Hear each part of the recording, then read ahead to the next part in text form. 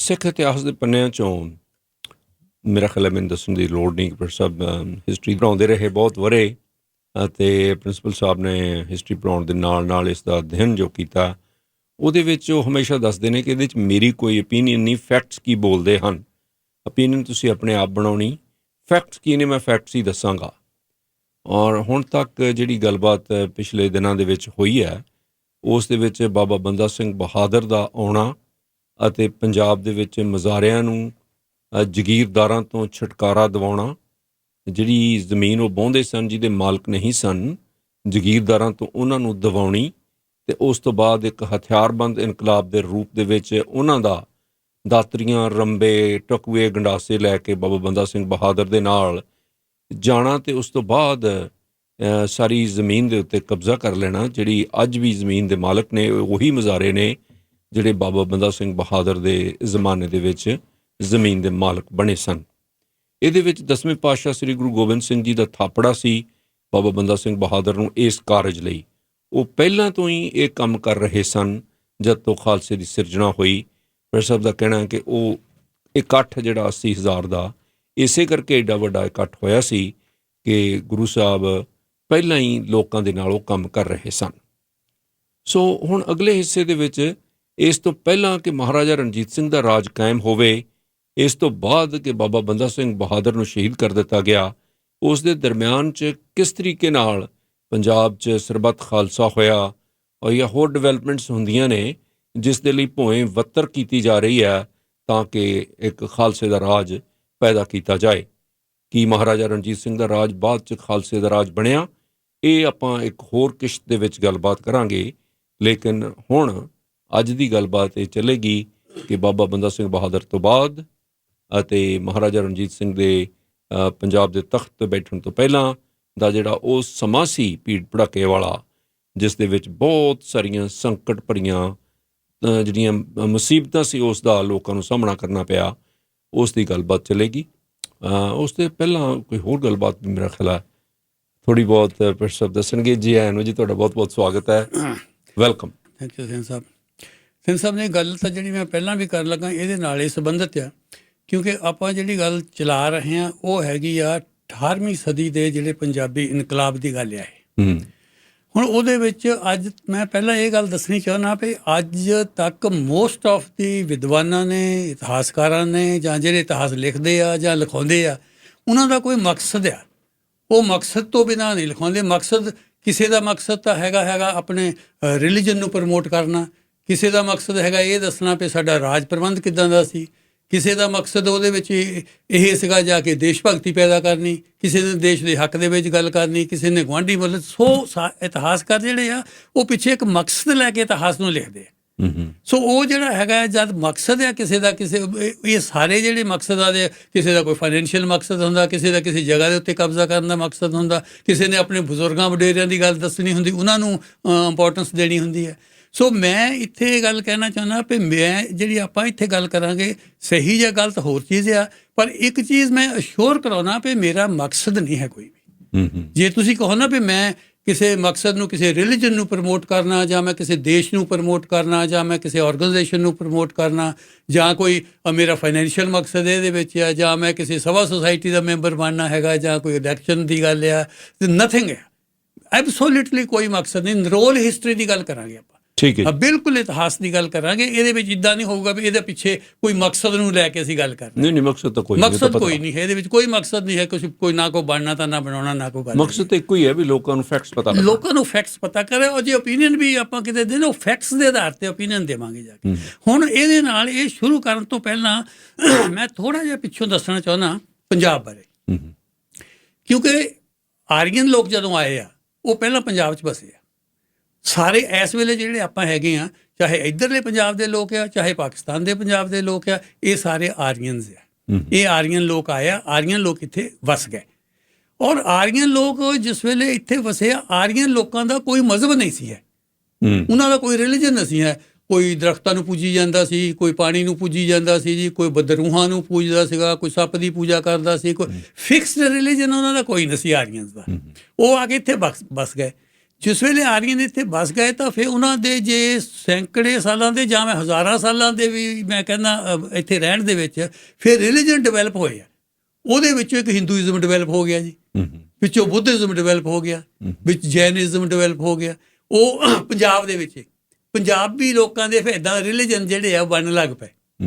ਉਹ ਤੋਂ ਜਿਸ ਵੇਲੇ ਥੋੜ੍ਹਾ ਜਿਹਾ ਫਿਰ ਆਪਾਂ ਅੱਗੇ ਆਈਏ ਜਾ ਕੇ 8ਵੀਂ ਸਦੀ ਦੇ ਵਿੱਚ ਫਿਰ ਇਸਲਾਮ ਦਾ ਅਸਰ ਸ਼ੁਰੂ ਹੋਣ ਲੱਗ ਪਿਆ ਜੀ। ਫਿਰ ਇਸਲਾਮ ਦੇ ਵਿੱਚ ਫਿਰ ਬਹੁਤ ਸਾਰੇ ਪੰਜਾਬੀ ਜਿਹੜੇ ਹੈਗੇ ਉਹ ਮੁਸਲਮਾਨ ਬਣ ਗਏ, ਮੁਸਲਮਾਨ ਬਣ ਗਏ। ਫਿਰ ਅੱਗੇ ਚੱਲੀ ਜਾਂਦਾ ਕੰਮ, ਉਹੀ ਆਰੀਅਨ ਲੋਕ ਉਹੀ ਆਰੀਅਨ ਪੰਜਾਬੀ ਲੋਕ ਉਹ ਫਿਰ ਮੁਸਲਮਾਨ ਬਣ ਗਏ। ਮੁਸਲਮਾਨਾਂ ਤੋਂ ਅੱਗੇ ਆ ਕੇ 15ਵੀਂ ਸਦੀ ਵਿੱਚ ਗੁਰੂ ਨਾਨਕ ਦੇਵ ਜੀ ਦਾ ਜਨਮ ਹੋਇਆ ਜੀ। ਫਿਰ ਸਿੱਖ ਮੂਵਮੈਂਟ ਸ਼ੁਰੂ ਹੋ ਗਈ। ਉਹ ਫਿਰ ਕਿੰਨੇ ਹੀ ਉਹਨਾਂ ਦੇ ਵਿੱਚੋਂ ਸਿੱਖ ਵੀ ਬਣ ਗਏ ਜੀ। ਪਰ ਉਹ ਰਹੇ ਪੰਜਾਬੀ ਸਾਰੇ, ਉਹ ਰਹੇ ਪੰਜਾਬੀ ਜਾ ਕੇ। ਪਰ ਉਹਨੇ ਜਿੱਦਾਂ ਹੁਣ ਫਰਜ਼ ਕਰ ਲਓ ਕਿਸੇ ਦਾ ਮੁੰਡਾ ਕ੍ਰਿਸਚਨ ਹੋ ਜਾਵੇ ਜਾਂ ਮੁਸਲਮਾਨ ਹੋ, ਉਹਨਾਂ ਪਿਆਰ ਥੋੜ੍ਹਾ ਘੱਟ ਜਾਂਦਾ ਜੀ। ਪਿਆਰ ਤਾਂ ਮੁੰਡੇ ਨਾਲ ਉੱਦਾਂ ਹੀ ਰਹਿੰਦਾ। ਇਸੇ ਤਰ੍ਹਾਂ ਰਿਲੀਜਨ ਉਹਨਾਂ ਦੇ ਬਦਲ ਗਏ ਪਰ ਰਹੇ ਪੰਜਾਬੀ ਉਹ ਸਾਰੇ। ਤਾਂ ਉਹ ਜਿਸ ਵੇਲੇ ਹੋ ਗਏ ਇਹ ਫਿਰ ਇਹ ਇਹਨਾਂ ਦਾ ਸਾਰਾ ਜਿਹੜਾ ਹੈਗਾ ਪੰਜਾਬੀਆਂ ਦਾ ਇੱਕ ਖਾਸਾ ਰਿਹਾ ਵੀ ਇਹਨਾਂ ਦੇ ਰਿਲੀਜਨ ਅਲੱਗ-ਅਲੱਗ ਹੋਏ ਆ ਪਰ ਉਹ ਰਹੇ ਸਾਰੇ ਪੰਜਾਬੀ। ਹੁਣ ਮੈਂ ਤੁਹਾਨੂੰ ਦੂਏ ਪਾਸੇ ਦੇਖਦਾ, ਇਹਨਾਂ ਦੇ ਵਿੱਚੋਂ ਇਹ ਪੰਜਾਬੀਆਂ ਨੇ ਫਿਰ ਸਾਰਿਆਂ ਨੇ ਸਾਂਝੀਆਂ ਕੁੱਟਾਂ ਖਾਧੀਆਂ। ਕਿੱਦਾਂ ਮੈਂ ਦੱਸਦਾ, ਅਲੈਗਜ਼ੈਂਡਰ ਜਿਸ ਵੇਲੇ ਆਇਆ ਉੱਥੋਂ 326 BC ਤੋਂ ਆਪਾਂ ਲੈ ਲੈਂਦੇ, ਉਹ ਅਲੈਗਜ਼ੈਂਡਰ ਨੇ ਵੀ ਹਮਲਾ ਪਹਿਲਾਂ ਇੱਥੇ ਕੀਤਾ। ਉਹ ਜਿਹੜੇ ਆਉਂਦੇ ਸੀ ਪਹਿਲਾਂ ਪੰਜਾਬੀਆਂ ਨੂੰ ਕੁੱਟਦੇ ਸੀ ਜੀ। ਗੇਟਵੇ ਇਹੀ ਸੀ। ਹਾਂ, ਗੇਟਵੇ ਇਹੀ ਸੀ। ਸਿਕੰਦਰ ਨੂੰ ਹੋਇਆ ਜੀ। ਅਲੈਗਜ਼ੈਂਡਰ ਤੋਂ ਬਾਅਦ ਫਿਰ ਤੁਸੀਂ ਦੇਖ ਲਓ ਪਹਿਲੀ ਸਦੀ ਸ਼ੱਕ ਆ ਗਏ, ਉਹਨੇ ਵੀ ਇੱਥੇ ਕੀਤਾ। ਅੱਛਾ, ਸ਼ੱਕ ਤੇ 5ਵੀਂ 6ਵੀਂ ਸਦੀ ਦੇ ਵਿੱਚ ਫਿਰ ਹੁਨ ਆਏ ਜੀ। ਇੱਥੇ ਹੁਨਾਂ ਨੇ ਹਮਲੇ ਕੀਤੇ ਪੰਜਾਬ ਤੇ। ਇਹ ਜਿਹੜੇ ਹੁਨ ਸੀ ਥਿੰਦ ਸਾਹਿਬ, ਇਹ ਬਹੁਤ ਜ਼ਾਲਮ ਸੀਗੇ, ਬਹੁਤ ਜ਼ਾਲਮ ਸੀ। ਇਹਨਾਂ ਦਾ ਇੱਕ ਬਾਦਸ਼ਾਹ, ਮੈਂ ਵਿੱਚ ਇਹ ਗੱਲ ਚੇਤੇ ਆ ਗਈ, ਇਹਨਾਂ ਦਾ ਇੱਕ ਬਾਦਸ਼ਾਹ ਮਿਹਰਗੁਲ ਸੀ ਜੀ। ਉਹਦਾ ਕੰਮ ਕੀ ਹੁੰਦਾ ਸੀ ਜੀ, ਉਹਨੇ ਹਾਥੀ ਨੂੰ ਪਹਾੜੀ ਤੇ ਚੜਾਈ ਜਾਣਾ ਪਹਾੜੀ ਦੇ ਸਿਖਰ ਤੇ ਹਾਥੀ ਲੈ ਜਾਣਾ ਜੀ। ਜਦ ਹੇਠਾਂ 400-500 ਡੂੰਘੀ ਖੱਡ ਹੁੰਦੀ ਸੀ, ਉਹਦੇ ਉੱਤੇ ਮੁਹਾਬਤ ਬਿਠਾ ਲੈਣਾ, ਉਹਨੂੰ ਫਿਰ ਧੱਕਾ ਦੇਣਾ ਜੀ। ਉਹਨੂੰ ਫਿਰ ਡੈਂਸ ਕਰਨਾ ਜੀ। ਉਹ ਮਿਹਰਗੁਲ ਦੇ ਦੇਖ ਕੇ ਉਹਨੂੰ ਇੰਜੋਏ ਕਰਨਾ ਉਹਨੂੰ ਜਾ ਕੇ। ਇਸ ਕਿਸਮ ਦੇ ਬੰਦੇ ਸੀ ਉਹ ਵੀ। ਪੰਜਾਬੀਆਂ ਦੇ ਨਾਲ ਉਹਨੇ ਬਹੁਤ ਵਾਧੀਆਂ ਕੀਤੀਆਂ। ਫਿਰ ਸਕੰਦ ਗੁਪਤਿਆਂ ਦੇ ਵਿੱਚ ਉਹਨੂੰ ਭਜਾਏ ਇੱਥੋਂ ਜਾ ਕੇ। ਫਿਰ ਹੋਰ ਅੱਗੇ ਆ ਗਿਆ ਜੀ, ਫਿਰ ਮੰਗੋਲ ਆ ਗਿਆ ਜੀ। ਮੰਗੋਲ ਜਿਹੜੇ ਆਏ ਆ ਇੱਥੇ, ਜਿਸ ਵੇਲੇ ਮੰਗੋਲ ਆਏ ਆ ਉਸ ਵੇਲੇ ਇਸਲਾਮ ਆ ਚੁੱਕਾ ਸੀ ਇੱਥੇ। ਉਸ ਵੇਲੇ ਕਾਫੀ ਬੰਦੇ ਜਿਹੜੇ ਹੈਗੇ ਆ ਮੁਸਲਮਾਨ ਬਣ ਚੁੱਕੇ ਸੀ। ਹੁਣ ਜਿਸ ਵੇਲੇ ਮੰਗੋਲ ਆਏ ਆ ਜੀ, ਮੰਗੋਲਾਂ ਨੇ ਆਏ ਤਾਂ 13ਵੀਂ ਸਦੀ ਵਿੱਚ, ਪਹਿਲਾਂ ਵੀ ਆਏ ਆ 41-45 ਚ ਆਉਂਦੇ। ਪਰ ਉਹਨੇ ਫਿਰ ਇੱਕ ਹਮਲਾ ਕੀਤਾ ਜੀ 1297 ਚ। 1297 ਜਦ ਉਹਨੇ ਕੀਤੀ, ਉਹਨੇ ਖੋਖਰਾਂ ਦੇ ਪਿੰਡਾਂ ਨੂੰ ਅੱਗ ਲਾਤੀ ਜਾ ਕੇ ਜੀ। ਇੱਥੇ ਵਿੱਚ ਉਹਨੇ ਕਸੂਰ ਸਾਰੇ ਨੂੰ ਅੱਗ ਲਾਤੀ ਜਾ ਕੇ। ਔਰ ਇੰਨਾ ਉਹਨੇ ਵੱਡ ਵਡਾਂਗਾ ਕੀਤਾ ਜਾ ਕੇ ਜੀ ਮੰਗੋਲਾਂ ਨੇ। ਉਹ ਬਹੁਤ ਪੰਜਾਬੀ ਵੱਧੇ, ਬਹੁਤ ਕੁੱਟੇ। ਉਹਨੇ ਇੱਦਾਂ ਨਹੀਂ ਰੱਖਿਆ ਪਿਆ ਮੁਸਲਮਾਨ ਪੰਜਾਬੀ ਮਾਰਨੇ ਜਾਂ ਬੋਧੀ ਮਾਰਨੇ ਜਾਂ ਹਿੰਦੂ ਮਾਰਨੇ। ਜਿਹੜੇ ਆਏ ਉਹਨਾਂ ਦਾ ਜੀ ਉਹ ਕਤਲਾਮ ਕੀਤਾ। ਉਸ ਵੇਲੇ ਫਿਰ ਦਿੱਲੀ ਦਾ ਬਾਦਸ਼ਾਹ ਬਹੁਤ ਤਕੜਾ ਸੀਗਾ, ਅਲਾਉਦੀਨ ਖਿਲਜੀ। ਉਹ ਅਲਾਉਦੀਨ ਖਿਲਜੀ ਨੂੰ ਫਿਰ ਅਲਾਉਦੀਨ ਖਿਲਜੀ ਨੇ ਫਿਰ ਫੌਜ ਭੇਜੀ ਆਪਣੇ ਭਰਾ ਦੇ ਹੇਠ, ਬਹੁਤ ਤਕੜੀ ਫੌਜ, ਵੀ ਇਹਨਾਂ ਨੂੰ ਕਾਬੂ ਕੀਤਾ ਜਾਵੇ ਜਾ ਕੇ। ਮੰਗੋਲਾਂ ਨੇ ਤਾਂ ਬਹੁਤ ਉਹ ਫਿਰ ਆ ਕੇ ਜੀ ਉਸ ਫੌਜ ਨੇ ਆ ਕੇ ਫਿਰ ਮੰਗੋਲ ਹਰਾਏ ਜੀ। ਮੰਗੋਲ ਹਰਾ ਕੇ ਤਾਂ ਮੰਗੋਲਾਂ ਨੂੰ 20,000 ਮੰਗੋਲ ਨੂੰ ਫੜ ਕੇ ਉਹ ਦਿੱਲੀ ਲੈ ਗਏ ਜੀ। ਔਰ ਸਮਾਂ ਦੇਖੋ ਕਿੱਦਾਂ ਦਾ ਸੀ। 20,000 ਮੰਗੋਲ ਨੂੰ ਹਾਥੀਆਂ ਦੇ ਪੈਰਾਂ ਹੇਠ ਸਿੱਟ ਕੇ ਫਿਰ ਉਹਨੂੰ ਮਾਰੇ, ਕਤਲ ਕੀਤੇ ਹੋ ਜਾ ਕੇ। ਇਹ ਜਿਹੜੇ ਹੈਗੇ ਇਹ ਅਸੀਂ ਕਹਿੰਦੇ ਇਹ ਆ ਗਏ। ਉਹ ਤੋਂ ਅੱਗੇ ਤਿਮਰਲੰਗ ਆ ਗਿਆ ਜੀ। ਮੈਂ ਤਾਂ ਇਹ ਦੱਸਣ ਦੀ ਕੋਸ਼ਿਸ਼ ਕਰਦਾ ਵੀ ਪੰਜਾਬੀਆਂ ਨੇ ਕਿੱਦਾਂ ਸਾਂਝੀਆਂ ਕੁੱਟਾਂ ਖਾਧੀਆਂ ਜਾ ਕੇ ਸਾਰਿਆਂ ਨੇ। ਤਿਮਰਲੰਗ ਨੇ 100 ਸਾਲ ਬਾਅਦ ਫਿਰ ਹਮਲਾ ਕੀਤਾ ਜੀ। ਤਿਮਰਲੰਗ ਨੇ ਫਿਰ ਆ ਕੇ ਉਹ ਇੱਧਰ ਸਿੰਧ ਵੱਲ ਤੋਂ ਐਂਟਰ ਹੋਇਆ। ਇੱਕ ਸ਼ਹਿਰ ਹੈ ਪਾਕਿਸਤਾਨ ਦੇ ਵਿੱਚ ਤਲੰਬਾ ਜੀ। ਉਹ ਤਲੰਬੇ ਦਾ ਸਾਰਾ ਹੀ ਕਤਲੇਆਮ ਕਰ ਦਿੱਤਾ ਜੀ। ਇਹ ਤਲੰਬਾ ਸ਼ਹਿਰ ਸਿੱਖ ਹਿਸਟਰੀ 'ਚ ਵੀ ਆਉਂਦਾ, ਜਿਸ ਵੇਲੇ ਗੁਰੂ ਨਾਨਕ ਦੇਵ ਜੀ ਨੇ ਸੱਜਣ ਠੱਗ ਨੂੰ ਬਦਲਿਆ ਸੀ ਨਾ, ਉਹ ਤਲੰਬੇ ਦਾ ਸੀ। ਤਾਂ ਉਹਦਾ ਮੈਂ ਰੈਫਰੈਂਸ ਦੱਸ ਦਵਾਂ। ਉਹ ਮਸੈਕਰ ਕਰਤਾ ਜੀ, ਸਾਰੇ ਮਾਰ ਦਿੱਤੇ। ਉਹ ਵੀ ਸਾਰੇ ਪੰਜਾਬੀ ਮਰੇ ਜਾ ਕੇ ਜੀ। ਪੰਜਾਬੀਆਂ ਦਾ ਕਤਲੇਆਮ ਹੋ ਗਿਆ, ਇਰਰਿਸਪੈਕਟਿਵ ਉਹਨਾਂ ਦਾ ਰਿਲੀਜਨ ਕੀ, ਕੋਈ ਉਸ ਵੇਲੇ ਪਰਵਾਹ ਨਹੀਂ ਸੀ ਕਰਦਾ ਪਏ ਇਹਨਾਂ ਦਾ ਰਿਲੀਜਨ ਕੀ ਹੈ। ਇਹ ਮਾਰਨੇ ਆ ਜਿਹੜੇ ਲੋਕ ਹੈ ਜੀ। ਫਿਰ ਉਹ ਤੋਂ ਬਾਅਦ ਦੇ ਆਪਾਂ ਦੇਖ ਚੁੱਕੇ ਹਾਂ ਜਿੱਥੇ ਅੱਛਾ ਬਾਬਰ ਆਇਆ। ਬਾਬਰ ਦੀ ਗੱਲ ਦੇਖ ਲਓ ਤੁਸੀਂ। ਹੁਣ ਬਾਬਰ ਦੇ ਵਿੱਚ ਜਿਹੜੀ ਗੁਰੂ ਸਾਹਿਬ ਦੀ ਬਾਣੀ ਆ, ਉਹ ਵੈਰੀ ਕਲੀਅਰ ਉਹਦੇ ਵਿੱਚ ਲਿਖਦੇ ਆ ਜਾ ਕੇ ਵੀ ਉਹਨੂੰ ਕਾਜ਼ੀਆਂ ਬਾਹਮਣਾ ਸਾਰਿਆਂ ਨੂੰ ਹੀ ਕੁੱਟ ਕਟਾਪਾ ਕੀਤਾ ਉਹ ਬਾਬਰ ਨੇ। ਇੱਦਾਂ ਨਹੀਂ ਹੈ ਜਾ ਕੇ ਵੀ ਉਹਨੂੰ ਹਿੰਦੂਆਂ ਦਾ ਜਾਂ ਮੁਸਲਮਾਨਾਂ ਦਾ ਜਾ ਕੇ ਉਹ ਜਿਹੜੀਆਂ ਵਹੁਟੀਆਂ ਵੀ ਸੀਗੀਆਂ ਸਾਰਿਆਂ ਤੇ ਉਹਨੂੰ ਖਰਾਬ ਕੀਤਾ ਬਾਬਰ ਨੇ ਜਾ ਕੇ। ਬਾਬਰ ਤੋਂ ਬਾਅਦ ਹੁਣ ਆਪਾਂ ਅਹਿਮਦ ਸ਼ਾਹ ਅਬਦਾਲੀ, ਨਾਦਰ ਸ਼ਾਹ ਨੂੰ ਦੇਖਦੇ ਜਾ। ਸੋ ਇਹ ਸਾਰਾ ਕੁਝ ਦੱਸਣ ਦੇ ਬਾਵਜੂਦ, ਇਹ ਦੱਸਣ ਦਾ ਮੇਰਾ ਮਕਸਦ ਇਹ ਆ ਵੀ ਪੰਜਾਬੀਆਂ ਨੇ ਸਾਂਝੀਆਂ ਕੁੱਟਾਂ ਖਾਧੀਆਂ ਜਾ ਕੇ ਸਾਰੇ। ਔਰ ਸਾਂਝੀਆਂ ਕੁੱਟਾਂ ਖਾਧੀਆਂ ਦਾ ਰਿਜ਼ਲਟ ਕੀ ਹੋਇਆ ਵੀ ਉਹਨਾਂ 'ਚ ਏਕਤਾ ਬਹੁਤ ਹੋ ਗਈ ਜੀ। ਅੱਛਾ। ਪੰਜਾਬੀਆਂ 'ਚ ਏਕਤਾ ਬਹੁਤ ਹੋ ਗਈ, ਇੱਦਾਂ ਫੀਲਿੰਗ ਹੋਣ ਲੱਗ ਪਈ ਵੀ ਅਸੀਂ ਪੰਜਾਬੀ ਹਾਂ, ਇਹ ਬਾਹਰਲੇ ਆ ਕੇ ਸਾਨੂੰ ਕੁੱਟਦੇ ਆ, ਆਊਟਸਾਈਡਰ ਇਹ ਆਊਟਸਾਈਡਰ ਆ। ਇਸ ਵੇਲੇ ਉੱਥੇ ਜਿਹੜਾ ਹੈਗਾ ਇਹ ਰਿਲੀਜਨ ਦਾ ਰੌਲਾ ਨਹੀਂ ਹੈ। ਉਸ ਵੇਲੇ ਜਿਹੜਾ ਇਹ ਰੌਲਾ ਨਹੀਂ ਹੈ ਜਾ ਕੇ ਵੀ ਇਹ ਹਿੰਦੂ ਆ ਜਾਂ ਮੁਸਲਮਾਨ ਆ, ਇੱਦਾਂ ਨਹੀਂ ਹੈ, ਇਹ ਬਾਹਰਲੇ ਆ, ਅਸੀਂ ਪੰਜਾਬੀ ਹਾਂ, ਸਾਨੂੰ ਜਿਹੜੀ ਹੈਗੀ ਆ ਉਹ ਕੁੱਟ ਪੈਂਦੀ ਹੈ ਉਹਦੇ ਨਾਲ। ਸੋ ਇਹ ਜਿਹੜੇ ਹੈਗੇ ਆ ਇੱਥੋਂ ਆ ਕੇ, ਇੱਕ ਤਾਂ ਇਹ ਮੈਂ ਸਾਰਿਆਂ ਨੂੰ ਦੱਸਣਾ ਚਾਹੁੰਦਾ ਵੀ ਪੰਜਾਬੀਆਂ ਦੀ ਏਕਤਾ ਬਾਹਰਲੇ ਹਮਲਾਵਰਾਂ ਨੇ ਬਹੁਤ ਤਕੜੀ ਕੀਤੀ ਹੈ। ਉਹਨੇ ਫਿਰ ਐਜ਼ ਏ ਪੰਜਾਬੀ ਰਿਐਕਟ ਕੀਤਾ, ਉਹਨੇ ਐਜ਼ ਏ ਹਿੰਦੂ ਜਾਂ ਮੁਸਲਮਾਨ ਜਾਂ ਸਿੱਖ ਇੱਦਾਂ ਰਿਐਕਟ ਨਹੀਂ ਕੀਤਾ। ਹੁਣ ਇਹਦੇ ਲਈ ਇੱਕ ਦੱਸਣਾ ਹੋਰ ਵੀ ਜ਼ਰੂਰੀ ਆ ਵੀ ਜਿਹੜਾ ਸਿੱਖ ਮੂਵਮੈਂਟ ਆ, ਜਾਂ ਜਿਹਨੂੰ ਪੰਜਾਬੀ ਮੂਵਮੈਂਟ ਕਹਿ ਲਓ ਜਾਂ ਸਿੱਖ ਮੂਵਮੈਂਟ ਕਹਿ ਲਓ, ਇਹਦੀ ਨੇਚਰ ਕੀ ਸੀਗੀ ਤੇ ਕਿੱਦਾਂ ਦੀ ਮੂਵਮੈਂਟ ਸੀਗੀ ਜਾ ਕੇ, ਇਹਦੇ ਤੇ ਰੌਲਾ ਬਹੁਤ ਹੈ। ਇਹ ਰੌਲਾ ਮੈਂ ਤਾਂ ਕੱਢਣਾ ਚਾਹੁੰਦਾ ਜੀ, ਇਹ ਸਾਰੀ ਨੂੰ ਹੀ ਜਿਹੜਾ ਹੈਗਾ ਇੱਕ ਸਿੱਖ ਮੂਵਮੈਂਟ ਦੇ ਤੌਰ ਤੇ ਪੇਸ਼ ਕੀਤਾ ਜਾਂਦਾ ਰਿਹਾ, ਇਹਨੂੰ ਇੱਕ ਰਿਲੀਜੀਅਸ ਮੂਵਮੈਂਟ ਦੇ ਤੌਰ ਤੇ ਪੇਸ਼ ਕੀਤਾ, ਤਾਂ ਲੋੜ ਪਈ ਆ ਸਭ ਕੁਝ ਕਰਨ ਦੀ, ਕਿਉਂਕਿ ਦੱਸਦੇ ਹੀ ਨਹੀਂ ਹੈ ਜਾ ਕੇ ਵੀ ਜਿਹੜੀ ਆ ਇਹ ਮੂਵਮੈਂਟ ਦੀ ਨੇਚਰ ਹੋਰ ਸੀਗੀ ਜਾ ਕੇ। ਹੁਣ ਇਹ ਇੱਦਾਂ ਹੀ ਆ ਸਾਰਿਆਂ ਦੇ ਵਿੱਚ ਜਾ ਕੇ ਵੀ ਇਹ ਜਿਹੜੀ ਹੈ ਜੀ ਇਹ ਤਾਂ ਇੱਕ ਧਾਰਮਿਕ ਮੂਵਮੈਂਟ ਸੀ, ਜਿਹੜੀ 18ਵੀਂ ਸਦੀ ਦੀ ਧਾਰਮਿਕ ਮੂਵਮੈਂਟ ਸੀ, ਔਰ ਸਿੱਖ ਮਿਸਲਾਂ ਨੇ ਕਬਜ਼ਾ ਕਰ ਲਿਆ ਸਾਰੇ ਪੰਜਾਬ ਦੇ ਉੱਤੇ ਜਾ ਕੇ।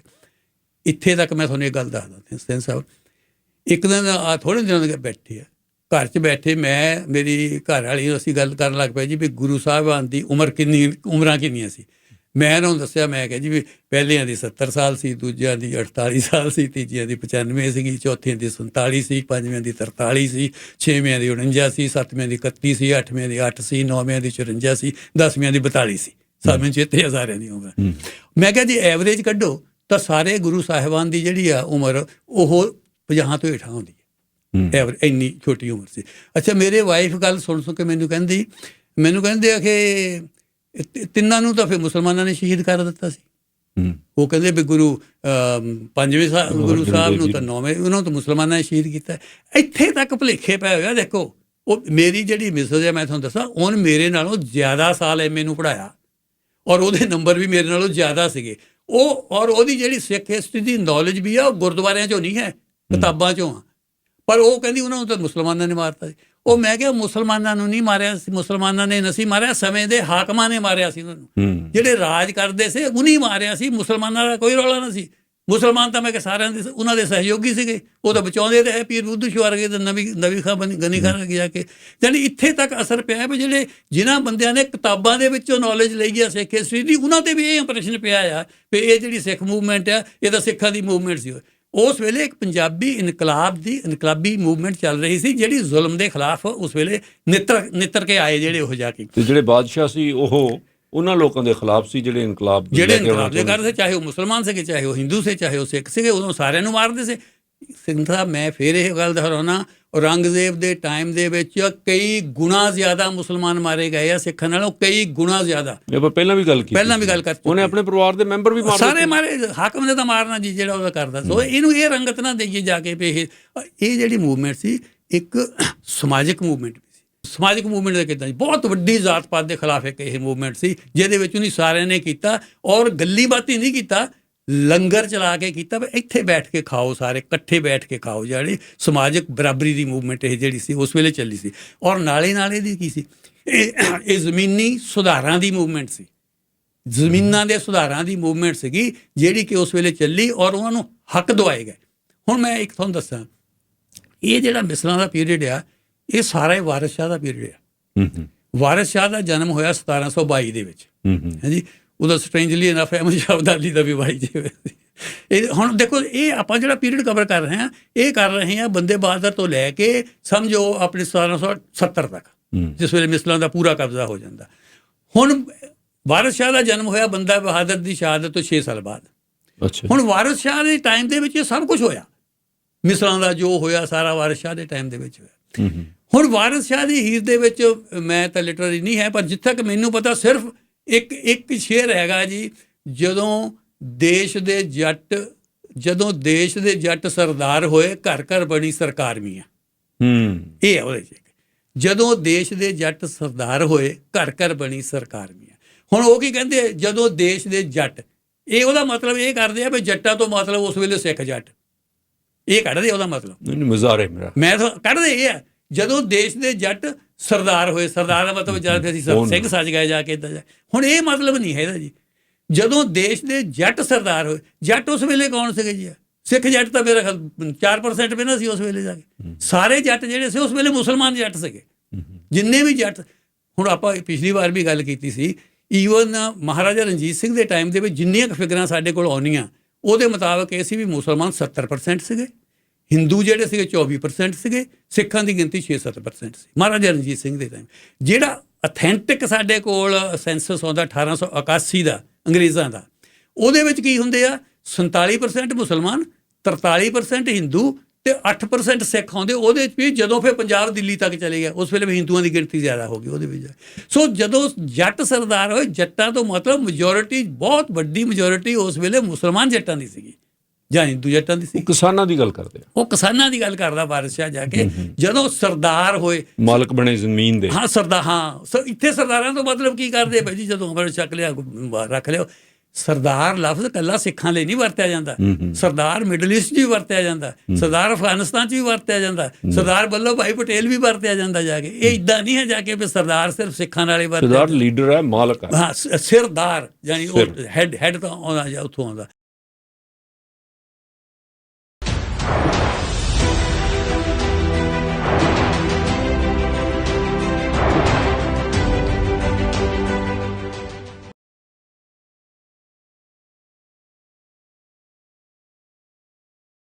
ਗੱਲਬਾਤ ਚੱਲ ਰਹੀ ਹੈ ਸਿੱਖ ਇਤਿਹਾਸ ਦੇ ਪੰਨਿਆਂ 'ਚੋਂ। ਪ੍ਰੋਫੈਸਰ ਕਸ਼ਮੀਰਾ ਸਿੰਘ ਜੀ ਸਾਡੇ ਨਾਲ ਨੇ, ਦੱਸ ਰਹੇ ਨੇ ਕਿ 1748 ਤੋਂ ਬਾਅਦ ਕੀ ਡਿਵੈਲਪਮੈਂਟਸ ਹੋਈਆਂ ਸਿੱਖ ਇਤਿਹਾਸ ਦੇ ਵਿੱਚ। ਉਹਨਾਂ ਨੇ ਪਹਿਲਾਂ ਦੱਸਿਆ ਕਿ ਪੰਜਾਬ ਗੇਟਵੇ ਹੋਣ ਕਰਕੇ ਇੰਡੀਆ ਦਾ ਜਦੋਂ ਵੀ ਮਾਰ ਪਈ, ਪੰਜਾਬੀਆਂ ਨੂੰ ਮਾਰ ਪਈ, ਉਤੋਂ ਇੱਕ ਤੋਂ ਬਾਅਦ ਇੱਕ ਹਮਲਾਵਰ ਆਉਂਦੇ ਚਲੇ ਗਏ। ਪਰ ਇਸ ਮਾਰ ਦਾ ਚੰਗਾ ਅਸਰ ਇਹ ਹੋਇਆ ਕਿ ਪੰਜਾਬੀਆਂ ਦੇ ਵਿੱਚ ਏਕਤਾ ਬਣੀ ਰਹੀ ਅਤੇ ਉਹ ਬਹਾਦਰ ਹੁੰਦੇ ਚਲੇ ਗਏ। ਲੇਕਿਨ ਇੱਕ ਜ਼ਮਾਨਾ ਇਹੋ ਜਿਹਾ ਆਇਆ ਬਾਬਾ ਬੰਦਾ ਸਿੰਘ ਬਹਾਦਰ ਤੋਂ ਪਿੱਛੋਂ ਦਾ, ਅਤੇ ਮਿਸਲਾਂ ਦਾ ਕਾਇਮ ਹੋਣਾ। ਮਿਸਲਾਂ ਦੇ ਕਾਇਮ ਹੋਣ ਤੋਂ ਬਾਅਦ ਕੀ ਹੁੰਦਾ ਹੈ, ਜਿਹੜਾ ਗੁਰਮਤਾ ਕੀਤਾ ਗਿਆ ਜਾਂ ਸਿੱਖਾਂ ਦੀ ਇੱਕ ਬਹੁਤ ਵੱਡੀ ਜਿਹੜੀ ਇੱਕ ਮਹਾਸਭਾ ਹੋਈ, ਉਸ ਦੇ ਵਿੱਚ ਕੀ ਫੈਸਲਾ ਹੋਇਆ? ਮਹਾਰਾਜਾ ਰਣਜੀਤ ਸਿੰਘ ਜੀ ਦੇ ਰਾਜ ਤੋਂ ਪਹਿਲਾਂ ਦੇ ਕੁਝ ਸਮਾਂ ਕੀ ਕੁਝ ਇਤਿਹਾਸ ਦੇ ਵਿੱਚ ਤਬਦੀਲੀਆਂ ਆਈਆਂ ਨੇ ਕਿ ਉਦੋਂ ਕੀ ਵਾਪਰਿਆ, ਉਸ ਦੇ ਬਾਰੇ ਦੱਸ ਰਹੇ ਹਨ।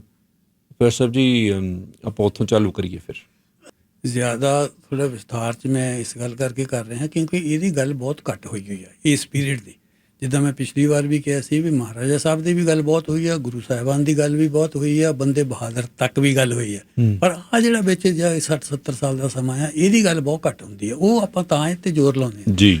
ਜਿਹੜੀ ਸਿੱਖ ਮੂਵਮੈਂਟ ਦੀ ਨੇਚਰ ਸੀ ਨਾ, ਨੇਚਰ ਜਿੱਦਾਂ ਮੈਂ ਦੱਸਿਆ ਵੀ ਪਹਿਲਾਂ ਇਹ ਧਾਰਮਿਕ ਨਹੀਂ ਸੀਗੀ ਜਾ ਕੇ, ਉਹਦੇ ਨਾਲ ਇੱਕ ਦੋ ਗੱਲਾਂ ਹੋਰ ਬਹੁਤ ਕਰਨ ਵਾਲੀਆਂ ਹੈਗੀਆਂ ਵੀ ਹਿਊਮਨ ਰਾਈਟਸ 'ਤੇ ਆਪਾਂ ਗੱਲ ਕਰ ਚੁੱਕੇ ਹਾਂ ਵੀ ਸਿੱਖ ਮੂਵਮੈਂਟ ਜਿਹੜੀ ਆ ਹਿਊਮਨ ਰਾਈਟਸ ਦਾ ਪ੍ਰੀਜ਼ਰਵ ਇਹਨੇ ਬਹੁਤ ਕੀਤਾ ਹੈਗਾ।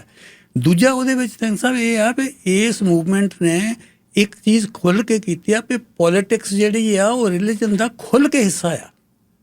ਪੋਲੀਟਿਕਸ ਪਾਰਟ ਬਣਾਇਆ ਰਿਲੀਜਨ। ਬਿਲਕੁਲ। ਪਹਿਲਾਂ ਜਿਹੜੇ ਬੰਦੇ ਸੀਗੇ ਉਹ ਖੁੱਲ੍ਹ ਕੇ ਨਹੀਂ ਕਰਦੇ ਸਾਰੇ ਜਿੰਨੇ ਪੋਲੀਟੀਸ਼ੀਅਨ ਸੀਗੇ ਤੇ ਰਿਲੀਜਨ ਨੂੰ ਯੂਜ਼ ਕਰਦੇ ਸੀ ਸਾਰੇ। ਮਹਾਭਾਰਤ ਤੋਂ ਲੈ ਕੇ ਤੁਸੀਂ ਕਰ ਲਓ, ਹੁਣ ਮਹਾਭਾਰਤ ਦੀ ਸਾਰੀ ਲੜਾਈ ਇੱਕ ਜ਼ਮੀਨੀ ਲੜਾਈ ਸੀ ਜਿਹੜੀ ਭਰਾਵਾਂ ਦੇ ਵਿੱਚ ਸੀਗਾ ਵੀ ਇੰਨੇ ਪਿੰਡ ਤਾਂ ਇੰਨੇ ਪਿੰਡ, ਪਰ ਉਹਦੇ ਵਿੱਚ ਵੀ ਆਇਆ ਵੀ ਜੇ ਧਰਮ ਜਿਹੜਾ ਹੈਗਾ ਜੀ ਉਹ ਯੁੱਧ ਉਹ ਕੀ ਉਹਦਾ ਨਾਂ ਸੀ ਦੁਰਯੋਧਨ ਹੋਣੀ, ਅਧਾਰਮਿਕ ਆ ਤੁਸੀਂ ਧਾਰਮਿਕ ਆ, ਉਹ 'ਚ ਵੀ ਲਿਆਂਦਾ। ਪਰ ਇਹ ਜਿਹੜਾ ਹੈਗਾ ਸਿੱਖ ਮੂਵਮੈਂਟ ਨੇ ਇਹ ਖੁੱਲ੍ਹ ਕੇ ਇਸ ਗੱਲ ਨੂੰ ਕੀਤੀ, ਕਪਟਤਾ ਨਹੀਂ ਕੀਤੀ। ਉਹਨੇ ਕਿਹਾ ਨਹੀਂ, ਪੋਲੀਟਿਕਸ ਜਿਹੜਾ ਹੈਗਾ ਇਹ ਹਿੱਸਾ ਆ ਧਰਮ ਦਾ, ਧਰਮ ਜਿਹੜਾ ਹੈ ਪੋਲੀਟਿਕਸ ਦਾ ਹਿੱਸਾ ਆ ਔਰ ਇਹਦੇ ਆਧਾਰ ਦੇ ਉੱਤੇ ਲੜ ਗਏ। ਪਰ ਧਰਮ ਜਿਹੜਾ ਹੈਗਾ ਆ ਉਹ ਕਮਿਊਨਲ ਨਹੀਂ ਹੈ, ਇੱਦਾਂ ਨਹੀਂ ਹੈ ਵੀ ਧਰਮ ਸਾਡਾ ਹੀ ਧਰਮ ਚੱਲੂਗਾ। ਤੇ ਸਭ ਇਹੀ ਮਤਲਬ ਆ। ਤੁਸੀਂ ਦੇਖੋ 6% ਸਿੱਖ ਆ ਉਸ ਵੇਲੇ, ਮੇਬੀ 6 ਤੋਂ ਘੱਟ ਹੋਣ ਮਿਸਲਾਂ ਵੇਲੇ ਤੇ। ਇਹ ਤਾਂ ਮੈਂ ਮਹਾਰਾਜਾ ਰਣਜੀਤ ਸਿੰਘ ਦੇ ਟਾਈਮ 6% ਜਿਹੜਾ ਸੀਗਾ ਆ ਉਹ 92% ਵਾਲਿਆਂ ਨੂੰ ਲੀਡ ਕਰ ਰਹੇ ਆ। ਲੀਡਰਸ਼ਿਪ ਸਾਰੀ ਉਹਦੇ ਹੱਥ। ਕਿਉਂ ਆ? ਕਿਉਂਕਿ ਉਹਦੀ ਧਾਰਮਿਕ ਰੰਗਤ ਨਹੀਂ ਦਿੱਤੀ ਇਹਨੂੰ।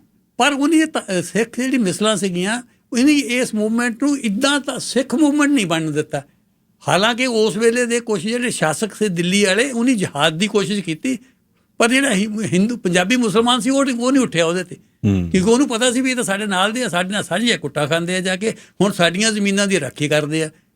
ਉਹ ਸਿੱਖਾਂ ਦੀ ਤਾਂ 6% ਜ਼ਮੀਨਾਂ ਕਿ ਬਾਕੀ ਸਾਰੀਆਂ ਜ਼ਮੀਨਾਂ ਤਾਂ ਉਹਨਾਂ ਦੀ, ਉਹਨੇ ਵੀ ਮੁਜ਼ਾਹਰੇ ਬਣਾਏ ਜਿਹੜੇ ਮਾਲਕ ਸੀਗੇ ਜਾ ਕੇ। ਸੋ ਇਸ ਕਰਕੇ ਇਹ ਮੂਵਮੈਂਟ ਜਿਹੜੀ ਸਿੱਖ ਮੂਵਮੈਂਟ ਸੀਗੀ ਇਹ ਇੱਕ ਸੈਕੂਲਰ ਮੂਵਮੈਂਟ ਸੀ, ਪਰ ਉਹਨੇ ਲੈਡ ਬਾਈ ਦੀ ਸਿੱਖਸ।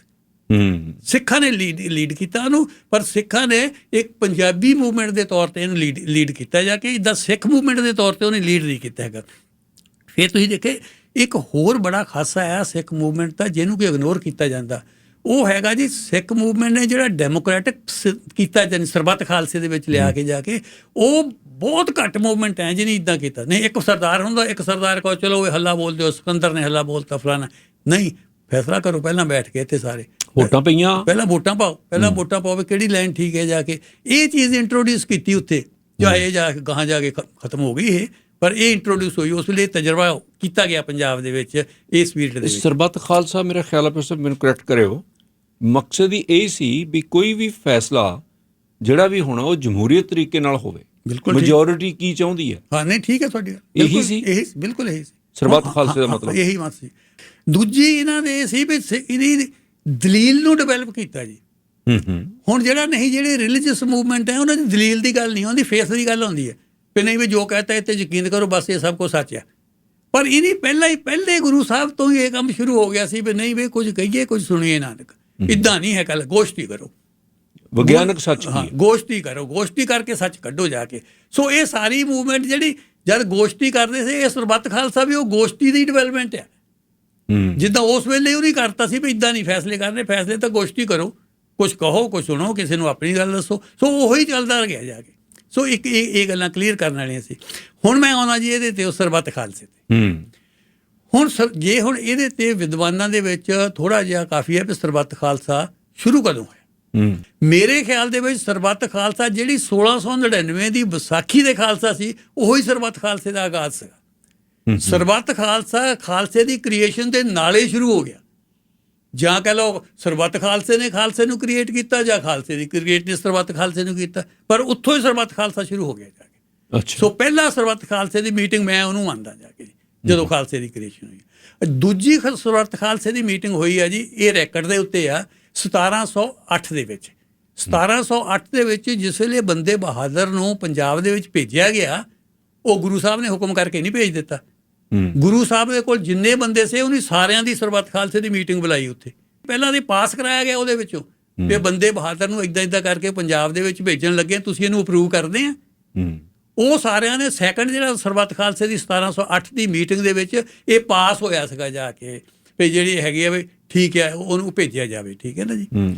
ਅੱਛਾ, ਕਈ ਮੰਨਦੇ, ਕਈ ਇਹ ਕਹਿੰਦੇ ਆ ਵੀ ਨਹੀਂ, ਚਮਕੌਰ ਦੀ ਲੜਾਈ ਦੇ ਵਿੱਚ ਵੀ ਜਿਸ ਵੇਲੇ ਗੁਰੂ ਸਾਹਿਬ ਖੁਦ ਸ਼ਹੀਦ ਹੋਣਾ ਚਾਹੁੰਦੇ ਸੀਗੇ, ਉਸ ਵੇਲੇ ਜਾਂ ਮੀਟਿੰਗ ਕੀਤੀ, ਉਹ ਸਰਬੱਤ ਖਾਲਸੇ ਦੀ ਮੀਟਿੰਗ ਨਹੀਂ ਸੀ, ਉਹ ਪੰਜਾਂ ਪਿਆਰਿਆਂ ਦੀ ਸੀ। ਉਹਨੂੰ ਮੈਂ ਇੱਦਾਂ ਸਮਝਦਾ, ਉਹ ਤਾਂ ਹੁਕਮ ਸੀ। ਹਾਂ ਹੁਕਮ ਸੀ। ਅੱਛਾ ਚਲੋ, ਹੁਣ ਅਗਲੀ ਮੀਟਿੰਗ ਜਿਹੜੀ ਹੁੰਦੀ ਹੈ ਸਰਬੱਤ ਖਾਲਸੇ ਦੀ, ਅਗਲੀ ਮੀਟਿੰਗ ਹੁੰਦੀ ਸਰਬੱਤ ਖਾਲਸੇ ਦੀ 1720-21 ਦੇ ਵਿੱਚ, ਜਿਸ ਵੇਲੇ ਮਨੀ ਸਿੰਘ ਆ ਕੇ ਬੰਦਈਆਂ ਦਾ ਤਾਂ ਤੱਤ ਖਾਲਸੇ ਵਾਲਿਆਂ ਦਾ ਸਮਝੌਤਾ ਕਰਾਉਂਦੇ ਆ। ਉਹ ਤੀਜੀ ਮੀਟਿੰਗ ਸੀ ਖਾਲਸੇ ਦੀ, ਇੰਪੋਰਟੈਂਟ ਮੀਟਿੰਗ ਦੀ। ਜਿਹੜੀ ਚੌਥੀ ਮੀਟਿੰਗ ਹੋਈ ਆ, ਚੌਥੀ ਮੀਟਿੰਗ ਇਹਨਾਂ ਦੀ ਹੋਈ ਜੀ 1726 ਦੇ ਵਿੱਚ, ਜਿਸ ਵੇਲੇ ਤਾਰਾ ਸਿੰਘ ਵਾਣਿਕ ਸ਼ਹੀਦ ਕੀਤੇ ਗਏ ਅੰਮ੍ਰਿਤਸਰ ਦੇ ਵਿੱਚ। ਇਹ ਜਿਹੜਾ ਵਣ ਪਿੰਡ ਹੈ ਮੇਰਾ ਭਿੱਖੀ ਪਿੰਡ ਦੇ ਕੋਲ ਆ। ਅੱਛਾ ਜੀ। ਹਾਂ, ਉਹ ਜਿਹੜੇ ਸੀ ਉਹ ਸਾਰੀ ਰਾਤ ਲੜਦੇ ਰਹੇ। ਪਹਿਲਾਂ ਤਾਂ ਉਹਨਾਂ ਦੇ ਖਿਲਾਫ ਥੋੜ੍ਹੇ ਜਿਹੇ ਸੋਲਜਰ ਭੇਜੇ ਉਹਨੇ, ਇਹ ਜ਼ਕਰੀਆ ਖਾਨ ਦਾ ਟਾਈਮ ਸੀ, ਜ਼ਕਰੀਆ ਖਾਨ ਨੇ ਉਹ ਫਿਰ ਉਹਨੇ ਹਰਾਤੇ। ਫਿਰ ਜ਼ਕਰੀਆ ਖਾਨ ਨੇ 22 ਸਿੱਖਾਂ ਦੇ ਨਾਲ ਲੜਨ ਦੇ 2000 ਸੋਲਜਰ ਭੇਜਿਆ ਜੀ। ਉਹ ਫਿਰ ਸਾਰੀ ਰਾਤ ਲੜਦੇ ਰਹੇ, ਸਵੇਰ ਨੂੰ ਸ਼ਹੀਦ ਹੋ ਗਏ ਸਾਰੇ। ਉਹ ਤੋਂ ਬਾਅਦ ਫਿਰ ਖਾਲਸੇ ਦੀ ਇੱਕ ਮੀਟਿੰਗ ਹੋਈ 1726 ਦੇ ਵਿੱਚ। ਉਸ ਮੀਟਿੰਗ ਦੇ ਵਿੱਚ ਫਿਰ ਫੈਸਲੇ ਲਏ ਗਏ, 4 ਫੈਸਲੇ ਅਹਿਮ ਸੀ। ਇੱਕ ਫੈਸਲਾ ਤਾਂ ਉਹਦੇ ਵਿੱਚ ਇਹ ਲਿਆ ਜਾਵੇ ਵੀ ਸਰਕਾਰੀ ਖਜ਼ਾਨੇ ਲੁੱਟੋ। ਅੱਛਾ, ਇਹ ਲੁੱਟਣ ਦਾ ਫੈਸਲਾ ਲਿਆ ਗਿਆ, ਪਹਿਲਾ ਫੈਸਲਾ ਵੀ ਸਰਕਾਰੀ ਖਜ਼ਾਨੇ ਲੁੱਟੋ, ਇਹਦੇ ਵਿੱਚੋਂ ਜਿਹੜੇ ਹੈਗੇ ਆ ਪੈਸਿਆਂ ਦੀ ਕਮੀ ਹੈ, ਇਹ ਤੋਂ ਬਿਨਾਂ ਮੂਵਮੈਂਟ ਖੜੀ ਨਹੀਂ ਹੋਣੀ। ਦੂਜਾ ਫੈਸਲਾ ਲਿਆ ਗਿਆ ਵੀ ਸਰਕਾਰੀ ਅਸਤਬਲ ਲੁੱਟੋ, ਘੋੜਿਆਂ ਦੀ ਕਮੀ ਬਹੁਤ ਆਈ ਹੋਈ ਜਾ ਕੇ, ਸਿੰਘਾਂ ਦੇ ਕੋਲ ਘੋੜੇ ਨਹੀਂ ਹੈ, ਘੋੜੇ ਜਾ ਕੇ ਤੀਜੀ ਹੋਈ ਜਾ ਕੇ ਜੀ ਉਹਨਾਂ ਦਾ ਅਸਲਾ ਖਾਨਾ ਲੁੱਟਣਾ। ਅੱਛਾ, ਹਥਿਆਰ ਵੀ ਲੁੱਟੋ। ਹਥਿਆਰ ਵੀ, ਹੁਣ ਹਥਿਆਰਾਂ ਦੀ ਗੱਲ ਮੈਂ ਦੱਸਦਾ। ਹਥਿਆਰ ਜਿਹੜੇ ਸੀ ਉਸ ਵੇਲੇ ਜਿਹੜੇ ਸੀਗੇ, ਇਹ ਸਿੱਖ ਸੋਲਜਰ ਦੇ ਕੋਲ ਤਿੰਨ ਹਥਿਆਰ, ਮੇਨ ਹਥਿਆਰ ਸੀ। ਇੱਕ ਕਿਰਪਾਨ ਸੀ ਜੀ, ਢਾਲ ਸੀ, ਇੱਕ ਬਰਛਾ ਸੀ ਜੀ, ਇੱਕ ਤੋੜੇਦਾਰ ਬੰਦੂਕ ਸੀ। ਅੱਛਾ, ਹੁਣ ਉਹ ਜਿਹੜਾ ਤੋੜੇਦਾਰ ਬੰਦੂਕ ਹੈ ਉਹ ਇਹਨਾਂ ਨੂੰ ਨਹੀਂ ਮਿਲਦੀ ਜੀ। ਹੁਣ ਜਿਹੜਾ ਬਰਛਾ ਔਰ ਕਿਰਪਾਨ ਸੀਗਾ, ਉਹ ਜਿਹੜੇ ਪੰਜਾਬੀ ਮੁਸਲਮਾਨ, ਜ਼ਿਆਦਾ ਮੁਸਲਮਾਨ ਲੁਹਾਰ ਸੇ ਉਹ ਬਣਾਉਂਦੇ ਸੀ ਪਿੰਡਾਂ ਵਿੱਚ। ਉਹ ਆਪਣੇ ਜਿਹੜੇ ਹੈਗੇ ਭੱਠੀ ਦੇ ਵਿੱਚੋਂ ਲੋਹਾ ਗਰਮ ਕਰ ਮਾਰ ਥੋੜੇ ਉੱਪਰ ਉਹਨਾਂ ਨੂੰ ਜਾ ਕੇ ਬਣਾ ਲੈਂਦੇ ਸੀ। ਉਹ ਫਿਰ ਮਰੋ ਸਾਣ ਤੇ ਚਾੜ ਕੇ ਤਿੱਖੀਆਂ ਕਰਕੇ ਉਹ ਦੇਈ ਜਾਂਦੇ। ਔਰ ਸਿੰਘ ਸਾਹਿਬ ਪੰਜਾਬੀ ਮੁਸਲਮਾਨ ਲੋਹਾਰਾਂ ਨੇ ਹਥਿਆਰ ਬਹੁਤ ਬਣਾ ਕੇ ਦਿੱਤੇ ਜਾ ਕੇ ਇਸ ਸਿੱਖ ਮੂਵਮੈਂਟ 'ਚ। ਬੰਦੂਕ ਨਹੀਂ ਸੀ ਬਣਾ ਸਕਦੇ, ਬੰਦੂਕ ਨਾ ਸੀ ਬਣਦੇ ਜੀ, ਉਹ ਫਿਰ ਲੁੱਟਣੀ ਪੈਂਦੀ ਸੀ ਜੀ। ਉਹ ਬੰਦੂਕ ਜਿਹੜੀ ਸੀ ਉਹ ਫਿਰ ਲੁੱਟਦੇ ਸੀਗੇ। ਅੱਛਾ, ਇਹ ਸਿੱਖ ਮਿਸਲਾਂ ਦੇ ਕੋਲ ਆਰਟਿਲਰੀ ਨਹੀਂ ਸੀ ਹੈ, ਤੋਪਖਾਨਾ ਨਹੀਂ ਸੀ ਇਹਨਾਂ ਦੇ ਕੋਲ। ਕਿਉਂਕਿ ਤੋਪਖਾਨਾ ਜਿਹੜਾ ਸੀਗਾ ਜੀ, ਤੋਪਖਾਨਾ ਇਸ ਕਰਕੇ ਦੋ ਗੱਲਾਂ, ਇੱਕ ਤਾਂ ਇਹਨਾਂ ਦੇ ਸੋਰਸਸ ਨਹੀਂ ਸੀ ਹੈ, ਦੂਜਾ ਇਹ ਸੀ ਵੀ ਇਹਨਾਂ ਦੀ ਜਿਹੜਾ ਵਾਰ ਦਾ ਮੋਡ ਸੀਗਾ ਨਾ, ਮੋਡ ਆਫ ਵਾਰ ਜਿਹੜਾ ਸੀ ਉਹ ਗੁਰੀਲਾ ਵਾਰਫੇਅਰ ਸੀ। ਇਹ ਹਮਲਾ ਕਰਦੇ ਸੀਗੇ, ਹਮਲਾ ਕਰਕੇ ਉਹਨਾਂ ਦਾ ਨੁਕਸਾਨ ਪਹੁੰਚਾ ਦੇਣਾ। ਜਿਸ ਵੇਲੇ ਉਹ ਬੜੀਆਂ ਫੌਜਾਂ ਆਉਣੀਆਂ ਫਿਰ ਦੌੜ ਜਾਣਾ ਉਹਦੇ ਵਿੱਚ ਜਾ ਕੇ ਉੱਥੇ। ਤੇ ਉਹ ਜਿਹੜੀ ਤੋਪਖਾਨੇ ਨੂੰ ਫਿਰ ਇਹਦਾ ਭਜਾ ਕੇ ਲਿਜਾ ਨਾ ਸੀ ਸਕਦੇ ਹੁੰਦੇ। ਸੋ ਆਰਟਿਲਰੀ ਜਿਹੜੀ ਹੈਗੀ ਆ ਉਹ ਜਿਹੜੀ ਆ ਇਹਨਾਂ ਕੋਲ ਆਲਮੋਸਟ ਨਹੀਂ। ਸੋ ਉੱਥੇ ਇੱਕ ਤਾਂ ਇਹ ਫੈਸਲਾ ਹੋਇਆ ਵੀ ਜਿਹੜੇ ਹੈਗੇ ਉਹ ਅਸਲਾਖਾਨੇ 'ਚ ਉਹ ਬੰਦੂਕਾਂ ਲੁੱਟੋ। ਚੌਥਾ ਫੈਸਲਾ ਇਹ ਹੋਇਆ ਵੀ ਜਿਹੜੇ ਗੌਰਮੈਂਟ ਦੇ ਇਨਫੋਰਮਰ ਹੈ, ਟਾਊਟ ਆ, ਉਹਨਾਂ ਨੂੰ ਕਤਲ ਕੀਤਾ ਜਾਵੇ, ਉਹ ਮਾਰੇ ਜਾਣ ਜਾ ਕੇ, ਕਿਉਂਕਿ ਸਾਨੂੰ ਉਹ ਖਰਾਬ ਕਰ ਰਹੇ ਜਾ। ਇਹ ਫੈਸਲਾ ਉਸ ਦੇ ਵਿੱਚ ਸਰਬੱਤ ਖਾਲਸੇ 'ਚ ਹੋਇਆ। ਇਹ ਉਸ 1726 ਵਾਲੇ ਸਰਬੱਤ ਖਾਲਸੇ 'ਚ ਹੋਇਆ। ਅਗਲਾ ਜਿਹੜਾ ਸਰਬੱਤ ਖਾਲਸੇ ਦੀ ਮੀਟਿੰਗ ਹੁੰਦੀ ਇੰਪੋਰਟੈਂਟ, ਉਹ ਹੁੰਦੀ 1733 ਦੇ ਵਿੱਚ, ਜਿਸ ਵੇਲੇ ਜ਼ਕਰੀਆ ਖਾਂ ਇਹਨਾਂ ਨੂੰ ਆਫਰ ਕਰਦਾ ਹੈਗਾ 1 ਲੱਖ ਦੀ ਜਗੀਰ ਤੇ ਨਵਾਬ ਦਾ ਟਾਈਟਲ। ਉਹ ਫਿਰ ਲਿਆ ਕੇ ਸਰਬੱਤ ਖਾਲਸੇ ਦੇ ਵਿੱਚ ਰੱਖੀ ਗਈ ਜਾ ਕੇ ਵੀ ਉਹਨੂੰ ਐਕਸੈਪਟ ਕਰਨਾ ਕਿ ਨਹੀਂ ਕਰਨਾ। ਉਸ ਵੇਲੇ ਇੱਕ ਕਪੂਰ ਸਿੰਘ ਜਾ ਕੇ, ਜਿਹੜਾ ਸਿੰਘਪੁਰੀਆ ਮਿਸਲ ਦਾ ਸਰਦਾਰ ਸੀਗਾ, ਜਾ ਕੇ ਫੈਜ਼ਲਪੁਰੀਆ ਵੀ ਕਹਿ ਦਿੰਦੇ ਉਹਨੂੰ, ਜਾ ਕੇ ਉਹ ਸੰਗਤਾਂ ਨੂੰ ਪੱਖਾ ਚੱਲਦਾ ਸੀ। ਪੱਖਾ ਉਸ ਵੇਲੇ ਹੁੰਦਾ ਸੀ, ਕਈਆਂ ਨੂੰ ਤਾਂ ਦੇਖਿਆ ਨਹੀਂ ਹੋਣਾ, ਗੱਬੇ ਹੱਥ ਪਾ ਕੇ ਦਾ ਜਿੰਜਾਂ ਨੂੰ ਐ ਕਰਦੇ ਹੁੰਦੇ ਸੀਗੇ। ਉਹ ਪੱਖਾ ਚੱਲਦਾ ਸੀ ਤੇ ਉਹਨੇ ਨਵਾਬ ਦਾ ਟਾਈਟਲ ਉਹਨੂੰ ਦੇ ਦਿੱਤਾ ਵੀ ਚੱਲ ਤੂੰ ਵੀ ਬੜਾ ਜਰਨੈਲ ਵੀ ਚੰਗਾ ਆ, ਨਾਲੇ ਸੰਗਤ ਦੀ ਸੇਵਾ ਕਰਦਾ। 1733 ਦੇ ਵਿੱਚ ਉਹ ਹੋਇਆ ਜੀ। ਅੱਛਾ, ਉਹ ਤੋਂ ਫਿਰ ਜਿਹੜਾ ਅਗਲਾ ਹੋਇਆ ਜੀ, ਉਹ ਤੋਂ ਅਗਲਾ ਹੁੰਦਾ ਫਿਰ 1748 ਵਾਲਾ, ਜਿਹੜਾ ਵਾ ਕਈ ਕਹਿੰਦੇ ਆ ਵੀ 1745-46 ਦੇ ਵਿੱਚ ਵੀ ਹੋਇਆ, ਜਿਸ ਵੇਲੇ 100 ਦੇ ਜਥੇ ਬਣਾਏ ਗਏ। ਪਰ ਉਹ ਮੇਰਾ ਖਿਆਲ ਐਡਾ ਅਹਿਮ ਨਹੀਂ ਸੀ ਹੈ ਜਾ ਕੇ ਉਹ ਉਹਦੇ ਤੇ ਹੋਇਆ ਜਾ ਕੇ। 1748 ਵਾਲਾ ਬਹੁਤ ਅਹਿਮ। ਹਾਂ, 1748 ਵਾਲਾ ਬਹੁਤ ਅਹਿਮ। ਹੁਣ 1748 ਵਾਲਾ ਕਿਉਂ ਅਹਿਮ ਹੈ ਜੀ, ਮੈਂ ਤੁਹਾਨੂੰ ਦੱਸਦਾ। ਇਹਦੇ ਵਿੱਚੋਂ ਇੱਕ ਤਾਂ ਇਹ ਆ ਵੀ ਨਾਦਰ ਸ਼ਾਹ ਦੇ ਹਮਲੇ ਨਾਲ 1739 ਦੇ ਨਾਲ ਸੈਂਟਰਲ ਗੌਰਮੈਂਟ ਕਾਫੀ ਕਮਜ਼ੋਰ ਹੋ ਗਈ, ਬਹੁਤ ਕਮਜ਼ੋਰ ਹੋ ਗਈ। ਦਿੱਲੀ ਸੀ ਉਦੋਂ?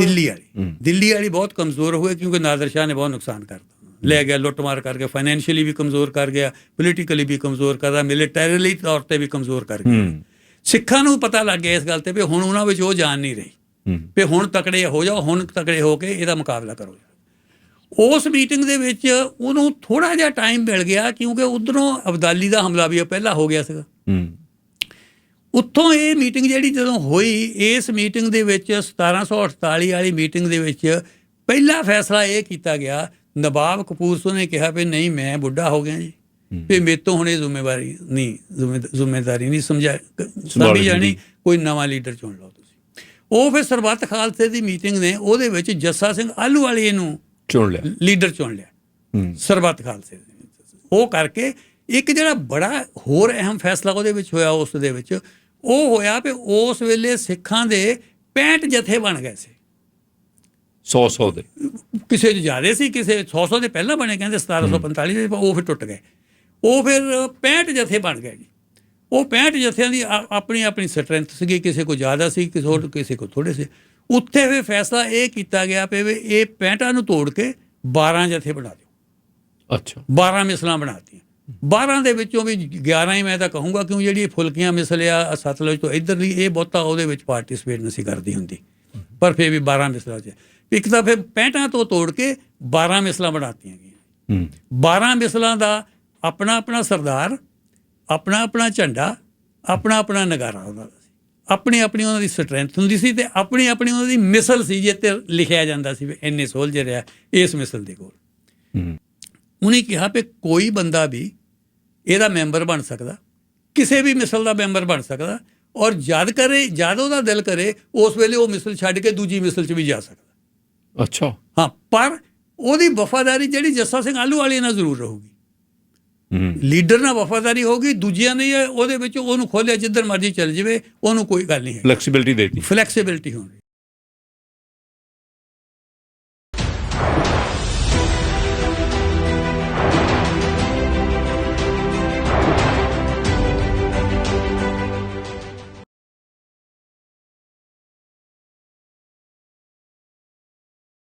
ਪ੍ਰੋਫੈਸਰ ਕਸ਼ਮੀਰਾ ਸਿੰਘ ਜੀ ਮੇਰੇ ਨਾਲ ਹਨ, ਜਿਹੜੇ ਅੱਜ ਗੱਲਬਾਤ ਕਰ ਰਹੇ ਆ ਇਤਿਹਾਸ ਦੇ ਪੰਨਿਆਂ 'ਚੋਂ 1748 ਦੇ ਵਿੱਚ ਕੀ ਕੁਝ ਵਾਪਰਦਾ ਹੈ।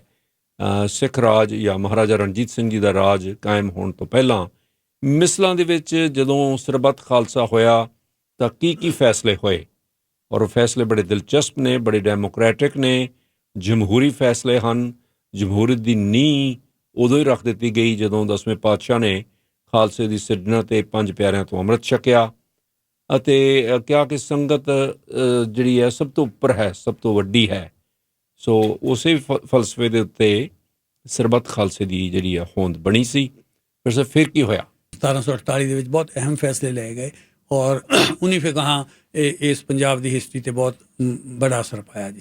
ਅੱਛਾ, ਹੁਣ ਆਪਾਂ ਕੀਤਾ ਸੀ ਜੀ ਵੀ 65 ਜਥਿਆਂ ਤੋਂ 12 ਮਿਸਲਾਂ ਕਰ ਦਿੱਤੀਆਂ ਜੀ, ਠੀਕ ਹੈ, 12 ਮਿਸਲਾਂ ਕਰਤੀਆਂ, ਪਰ ਲਾਇਲਟੀ ਬਣੀ ਰਹੇਗੀ ਜੱਸਾ ਸਿੰਘ ਆਲੂਵਾਲੀਆ। ਜੱਸਾ ਸਿੰਘ ਆਲੂਵਾਲੀਆ ਜਿਹੜਾ ਹੈਗਾ ਉਹ ਲੀਡਰ ਹੋਊਗਾ, ਉਹਦੇ ਪ੍ਰਤੀ ਲਾਇਲਟੀ ਹੋਊਗੀ, ਪਰ ਹਰ ਜਿਹੜਾ ਸਰਦਾਰ ਆ ਉਹਦੇ ਵਿੱਚ ਹਰ ਜਿਹੜਾ ਮਿਸਲ ਦਾ ਸੋਲਜਰ ਆ ਉਹ ਆਪਣੀ ਮਿਸਲ ਬਦਲ ਸਕਦਾ, ਸ਼ਿਫਟ ਕਰ ਸਕਦਾ।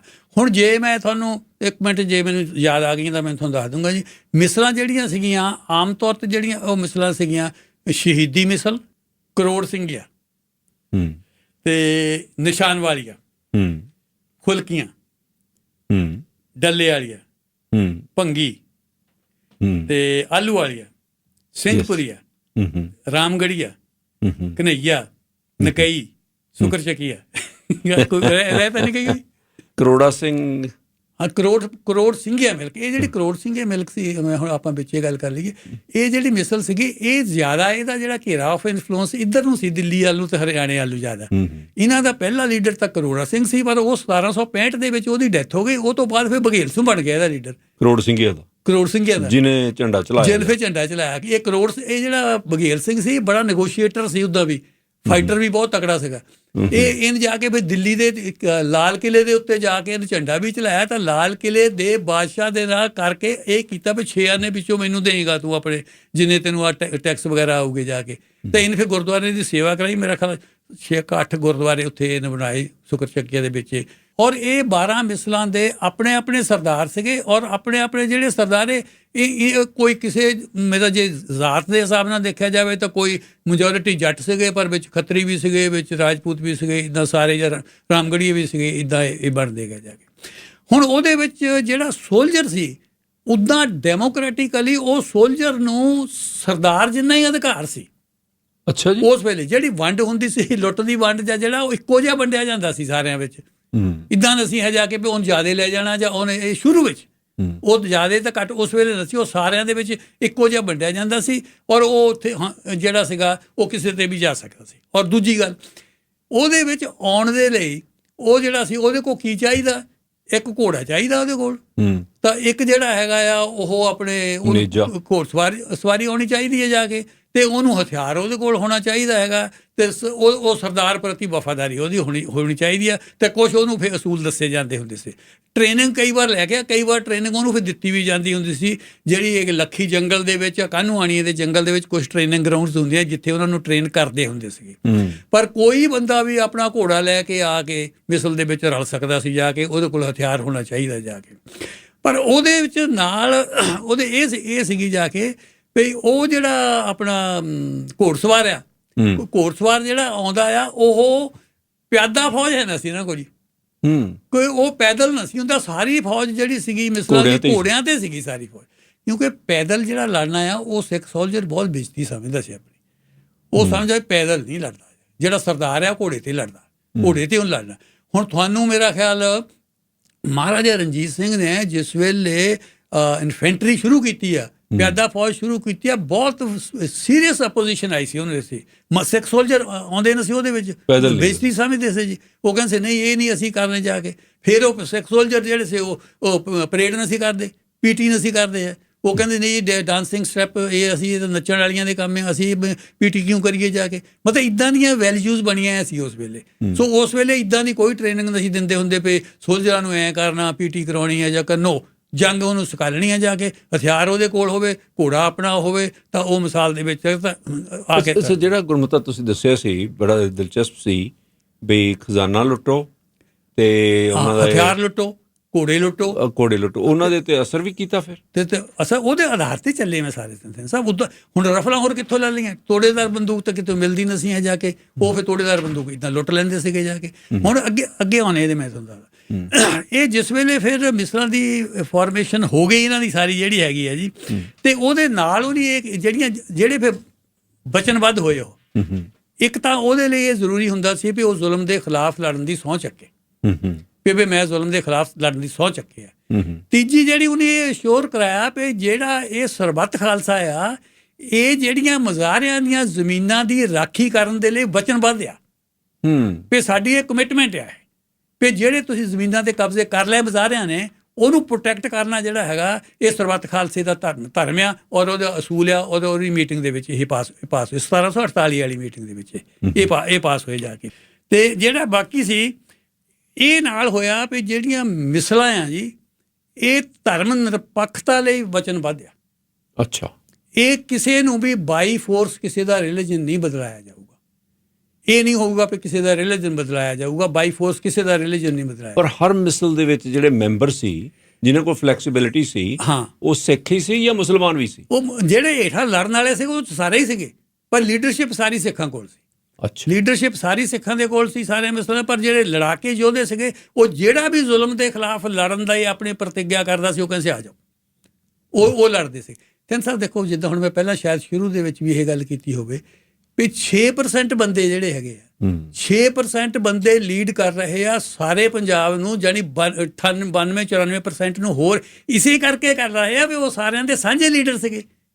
ਜੇ ਉਹ ਧਾਰਮਿਕ ਬੰਦੇ ਹੁੰਦੇ, ਧਰਮ ਦੀ ਲੜਾਈ ਲੜਦੇ ਹੁੰਦੇ, ਤਾਂ 6% ਕੋਲ ਇੰਨੀ ਤਾਕਤ ਨਹੀਂ ਸੀ ਜਾ ਕੇ ਵੀ ਉਹ ਜਿਹੜੇ ਹੈਗੇ ਆ ਦੂਜਿਆਂ ਨੂੰ ਲੀਡ ਕਰ ਸਕੇ। ਉਹ ਜਿਹੜੇ ਬਾਕੀ 92-94% ਸੇ, ਚਾਹੇ ਉਹ ਮੁਸਲਮਾਨ ਸੇ ਚਾਹੇ ਹਿੰਦੂ ਸੀਗੇ, ਉਹਨਾਂ ਸਾਰਿਆਂ ਦਾ ਫੁੱਲ ਫੇਥ ਸੀਗਾ ਮਿਸਲਾਂ ਦੇ ਉੱਤੇ। ਇਹ ਮਿਸਲ ਜਿਹੜਾ ਐਕਸੈਪਟ ਕਰ ਰਹੇ ਇਹ ਬੰਦੇ ਸਾਡੇ ਲਈ ਲੜ ਰਹੇ ਆ, ਇਹ ਬੰਦੇ ਸਾਡੀਆਂ ਜ਼ਮੀਨਾਂ ਲਈ ਲੜ ਰਹੇ ਆ, ਇਹ ਬੰਦੇ ਜਿਹੜੇ ਬਾਹਰੋਂ ਹਮਲਾਵਰ ਸਾਡੇ ਤੇ ਜ਼ੁਲਮ ਕਰਦੇ ਆ ਉਹਨਾਂ ਦੇ ਖਿਲਾਫ ਲੜ ਰਹੇ ਆ ਜਾ ਕੇ, ਇਹ ਸਾਡੀ ਰੱਖਿਆ ਕਰ ਰਹੇ ਜਾ ਕੇ। ਮਿਸਲਾਂ ਤੇ ਇੰਨਾ ਵਿਸ਼ਵਾਸ ਸੀ ਲੋਕਾਂ ਨੂੰ, ਇੰਨਾ ਵਿਸ਼ਵਾਸ ਸੀ ਸਿੰਘ ਸਾਹਿਬ ਉਸ ਵੇਲੇ। ਨਿਹੰਗ ਉਹਨਾਂ ਨੂੰ ਕਹਿੰਦੇ ਹੁੰਦੇ ਸੀ, ਲੋਕਾਂ ਵਿੱਚ ਆਮ ਇਹ ਗੱਲ ਚੱਲਦੀ ਸੀ, ਆਏ ਨੇ ਨਿਹੰਗ ਬੂਹਾ ਖੋਲ੍ਹਦੇ ਨਿਸ਼ੰਗ।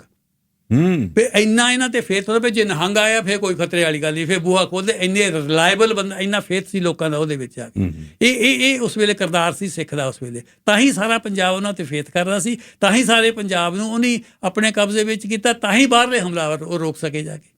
ਸੋ ਇਹ 1748 ਦੀ ਮੀਟਿੰਗ ਦੇ ਵਿੱਚ ਇਹ ਅਹਿਮ ਫੈਸਲੇ ਕਰਕੇ ਹੁਣ ਹੁੰਦਾ ਕਿੱਦਾਂ ਸੀ? ਹੁੰਦਾ ਇੱਦਾਂ ਸੀ ਵੀ ਜਦੋਂ ਸਰਬੱਤ ਖਾਲਸੇ ਦੀ ਮੀਟਿੰਗ ਹੁੰਦੀ ਸੀਗੀ ਜਾ ਕੇ, ਬਾਹਰੋਂ ਹਮਲਾਵਰ ਆਉਂਦੇ ਸੀਗੇ, ਉਸ ਵੇਲੇ ਫਿਰ ਸਰਦਾਰ ਜਿਹੜੇ ਸੀਗੇ ਉਹਨੀ ਪਹਿਲਾਂ ਆਪਣੀ ਵਿਊ ਬਣਾ ਦੇਣਾ ਜੀ, ਆਪਣੇ ਨਾਲ ਗੱਲ ਕਰਕੇ।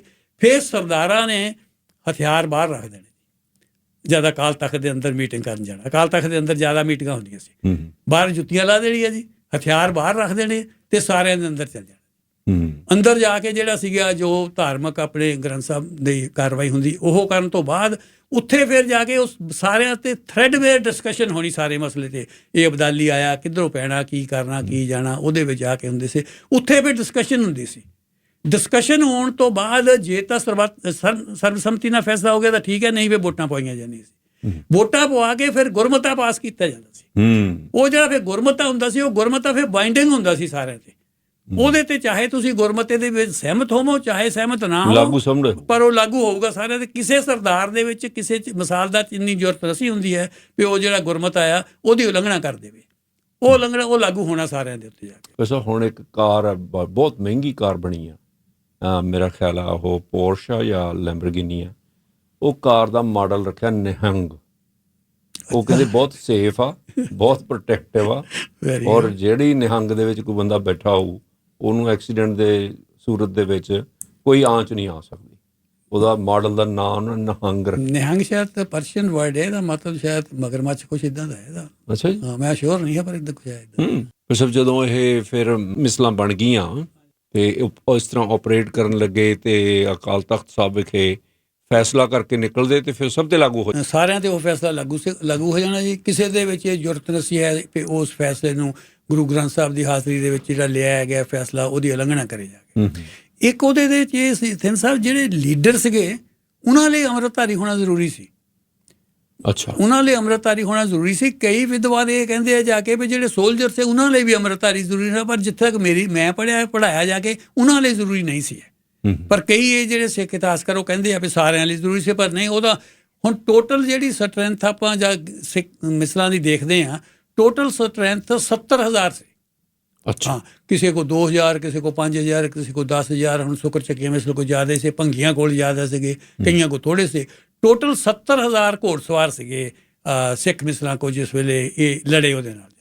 ਹੁਣ ਉਹ 'ਚ ਜਿੱਦਾਂ ਮੈਂ ਪਹਿਲਾਂ ਦੱਸ ਚੁੱਕਾ ਜੀ, ਪਿਆਦਾ ਫੌਜ ਤਾਂ ਹੈ ਹੀ ਨਹੀਂ ਸੀ, ਕਿਉਂਕਿ ਪਿਆਦਾ ਜਿਹੜਾ ਸੀ ਘੋੜੇ ਤੋਂ ਬਿਨਾਂ ਲੜਨਾ ਜਿਹੜਾ ਸਿੱਖ ਬਹੁਤ ਇਨਸਲਟ ਸਮਝਦਾ ਸੀ, ਬੇਇੱਜ਼ਤੀ ਸਮਝਦਾ ਸੀ ਵੀ ਉਹ ਕੋਈ ਸੋਲਜਰ ਹੈ ਕੋਈ ਜਿਹਦੇ ਕੋਲ ਘੋੜਾ ਹੀ ਹੈ ਨਹੀਂ ਆਪਣਾ, ਜਾ ਕੇ ਉਹ ਘੋੜੇ ਤੇ ਲੜਦੇ ਸੀ। ਉਹ ਇਹਨਾਂ ਦੀ ਸਾਰੀ ਜਿਹੜੀ ਸਟਰੈਂਥ ਸੀਗੀ। ਘੋੜਾ ਨਾ ਤੇਰੇ ਕੋਲ ਵਿੱਚ ਫੌਜੀ ਕਾਹਦਾ, ਇਹ ਗੀਤ ਵੀ ਚੱਲੇ ਜੀ। ਚਲੋ, ਹਾਂਜੀ।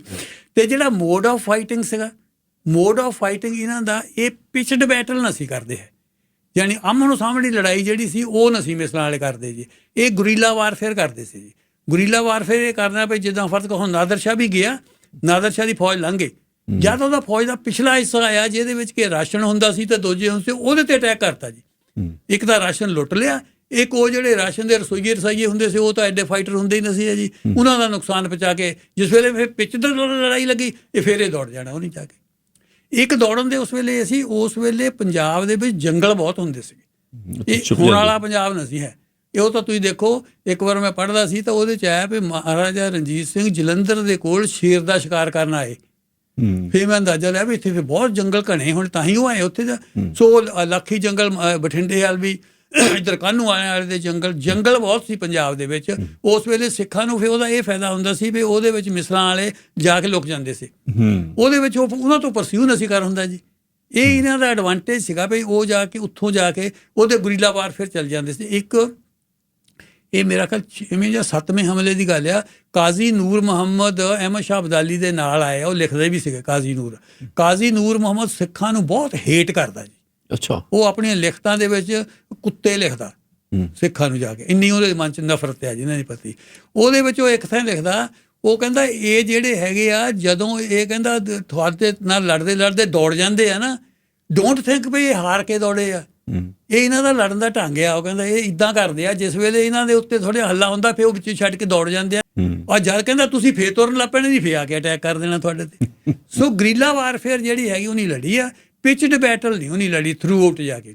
ਇਹਦੇ ਵਿੱਚ ਆਮਦਨ ਜਿਹੜੀ ਇਹਨਾਂ ਸੀਗਾ ਨਾ, ਇੱਕ ਤਾਂ ਲੁੱਟ ਮਾਰ ਦੀ ਆਮਦਨ ਸੀ ਜਿਹੜੀ ਸੋਲਜਰਾਂ ਨੂੰ ਦਿੰਦੇ ਸੀ, ਇੱਕ ਫਿਰ ਜਿਸ ਵੇਲੇ ਫਿਰ ਸਿੱਖ ਮਿਸਲਾਂ ਦਾ ਆਵਾਂਗੇ ਉੱਥੇ ਕਬਜ਼ਾ ਹੋ ਗਿਆ ਪੰਜਾਬ ਦੇ ਵਿੱਚ।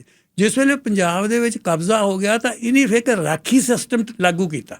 ਅੱਛਾ। ਹਾਂ, ਉਹ ਰਾਖੀ ਸਿਸਟਮ ਇਹ ਸੀਗਾ, ਉਹਨੇ ਪਿੰਡ ਵਾਲਿਆਂ ਨੂੰ ਕਹਿਣਾ, ਜਿਹੜੇ ਜਿਹੜੇ ਉਹ ਸਰਦਾਰ ਦੇ ਮਿਸਲ ਦੇ ਏਰੀਏ ਦੇ ਅੰਦਰ ਪਿੰਡ ਹੈਗੇ ਆ, ਉਹ ਪਿੰਡ ਵਾਲਿਆਂ ਨੂੰ ਕਹਿਣਾ ਵੀ ਅਸੀਂ ਤੁਹਾਡੀ ਪ੍ਰੋਟੈਕਸ਼ਨ ਕਰਦੇ ਹਾਂ, ਤੁਹਾਡੇ ਤੇ ਕੋਈ ਬਾਹਰੋਂ ਹਮਲਾਵਰ ਆਊਗਾ ਅਸੀਂ ਤੁਹਾਡੀ ਰੱਖਿਆ ਕਰਾਂਗੇ। ਜੇ ਕਣਕ ਦੀਆਂ 5 ਬੋਰੀਆਂ ਕਮਾਈਆਂ ਤੇ ਇੱਕ ਸਾਨੂੰ ਦੇਣੀ ਵਿੱਚੋਂ, ਸਰਦਾਰ ਨੂੰ ਦੇਣੀ ਆ। ਇਹ ਇੱਦਾਂ ਹੀ ਸਿਸਟਮ ਮਰਹੱਟਿਆਂ ਦਾ ਇੱਕ ਸਿਸਟਮ ਹੁੰਦਾ ਸੀ, ਚੌਥ, ਉਹ ਮਰਹੱਟੇ ਚੌਥਾ ਹਿੱਸਾ ਲੈਂਦੇ ਹੁੰਦੇ ਸੀਗੇ। ਸੋ ਇਹ ਜਿਹੜੇ ਸਿੱਖਾਂ ਨੇ ਫਿਰ ਰਾਖੀ ਸਿਸਟਮ ਦੇ ਰਾਹੀਂ ਇਹ ਸ਼ੁਰੂ ਕੀਤਾ ਵੀ 5ਵਾਂ ਹਿੱਸਾ ਸਾਨੂੰ ਦੇਣਾ, ਅਸੀਂ ਤੁਹਾਡੀ ਪ੍ਰੋਟੈਕਸ਼ਨ ਕਰਾਂਗੇ।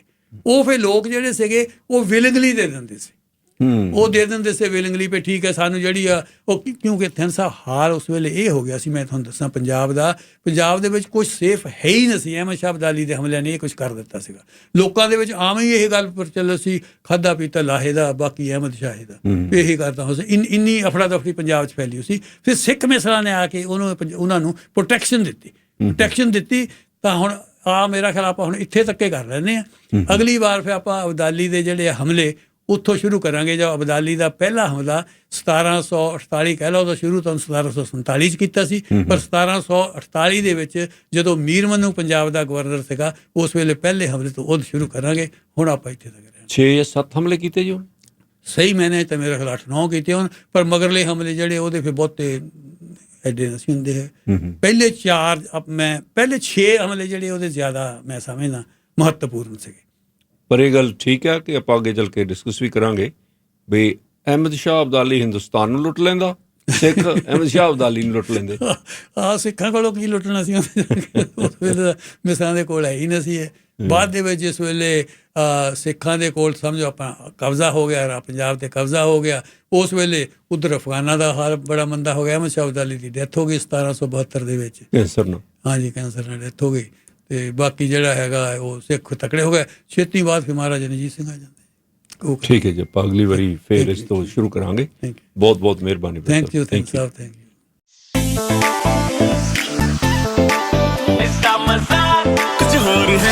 Red FM